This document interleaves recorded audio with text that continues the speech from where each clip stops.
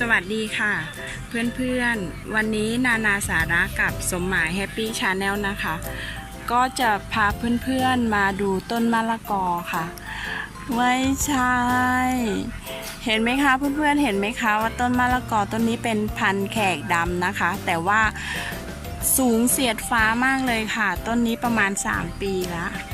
ปัญหาคือเพื่อนๆมาดูสิคะปัญหาคือด้วยต้นมันสูงมากเลย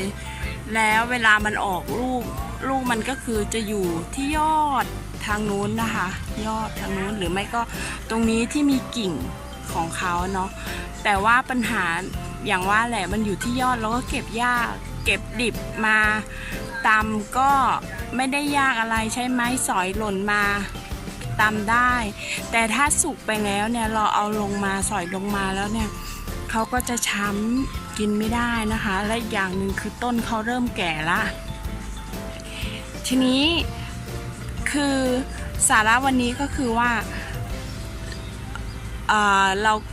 มีวิธีแก้ปัญหาต้นมะละกอที่สูงยาวเสียดฟ้าแบบนี้จะทำยังไงนะคะคือปุ้ลองตัดดูเนาะ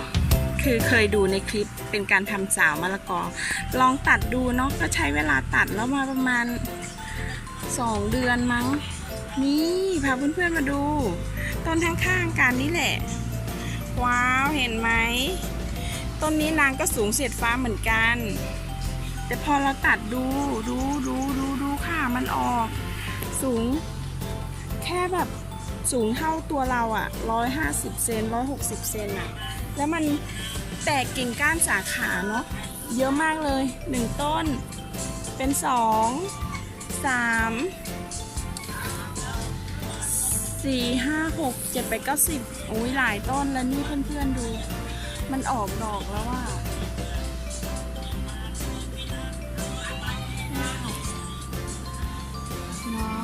เพื่อนๆลองไปทำดูนะคะต้นไหนที่สูงมาก